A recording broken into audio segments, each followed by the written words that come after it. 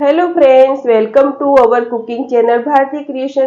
આજે આપણે બનાવીશું વટાણામાંથી એકદમ ટેસ્ટી અને હેલ્ધી નાસ્તો, એકદમ સિમ્પલ રીતથી। તો ચાલો બનાવીએ।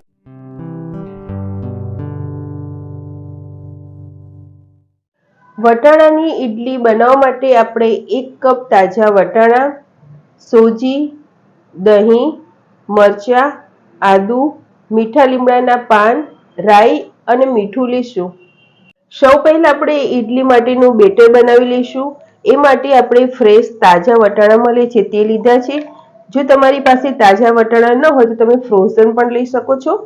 તેમાં આપણે 2 થી 3 લીલા મરચાં અને 1 નાનો ટુકડો આદુનો મિક્સ કરીશું। આદુ સરસ રીતે ક્રશ થઈ જાય એ માટે 2 ચમચી જેટલું પાણી। આપણે આને એકદમ ઝીણી પેસ્ટ કરી લઈશું। વટાણાને આપણે સરસ એકદમ ઝીણા ક્રશ કરી લીધા છે। વટાણાની પેસ્ટને આપણે મિક્સિંગ બાઉલમાં કાઢીશું। પેસ્ટમાં આપણે 1 કપ જેટલો સોજી મિક્સ કરીશું, અડધી વાટકી જેટલું ખાટું દહીં। આ બધાને પહેલા આપણે સાથે મિક્સ કરી દઈશું। દહીં આપણે સહેજ ખાટું હોય તેવું જ લઈશું જેથી ઇડલીનો ટેસ્ટ સારો આવે। દહીંને આપણે સાથે મિક્સ કરી દીધું છે, પરંતુ હજી પણ આપણું બેટર સહેજ ઘટ છે, એટલે આપણે અડધી વાટકી જેટલું પાણી મિક્સ કરીશું અને બેટરને આપણે જો ઇડલીનું બેટર હોય તે સેટ કરી લઈશું।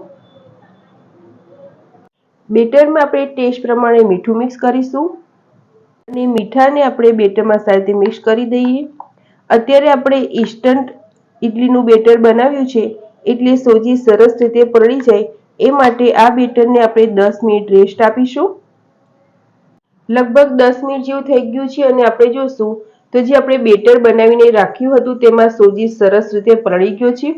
આપણી ઇડલી સરસ અને વધારે ટેસ્ટી બને એ માટે આપણે આની પર એક ઇન્સ્ટન્ટ તડકા લગાવીશું। વઘાર કરવા માટે આપણે વઘારિયાને ગેસ પર મૂકીશું અને તેની અંદર આપણે 1 ચમચી જેટલું તેલ લઈશું। તેલ ગરમ થઈ ગયું છે, તેમાં આપણે અડધી ચમચી રાઈ નાખીશું, 6 થી 7 મીઠા લીમડાના પાન। વઘારને આપણે ઇડલી બેટરમાં નાખીશું અને આપણે આને વઘારને બેટરમાં સાથે મિક્સ કરી દઈશું।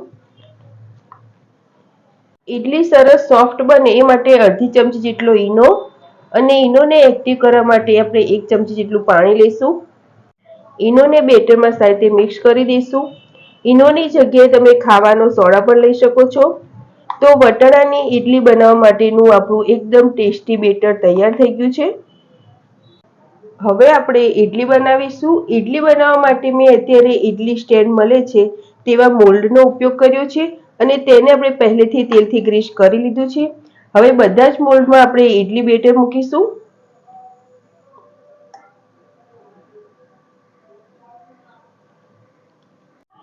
ઇડલી બેટરને આપણે મોલ્ડમાં સારી રીતે ભરી લીધું છે। હવે આ સ્ટેન્ડને આપણે સ્ટીમરમાં મૂકીશું। સ્ટીમર આપણું સરસ ગરમ થઈ ગયું છે, તેમાં હવે આપણે ઇડલી સ્ટેન્ડ મૂકીશું અને લગભગ 15 થી 20 મિનિટ માટે મીડિયમ ફ્લેમ પર આપણે ઇડલીને સ્ટીમ કરી લઈએ।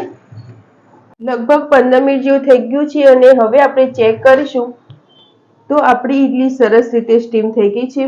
હવે આપણે ગેસની ફ્લેમ બંધ કરીશું અને ઇડલી સ્ટેન્ડને બહાર કાઢીને આપણે સહેજ તેને ઠંડુ થવા દઈશું।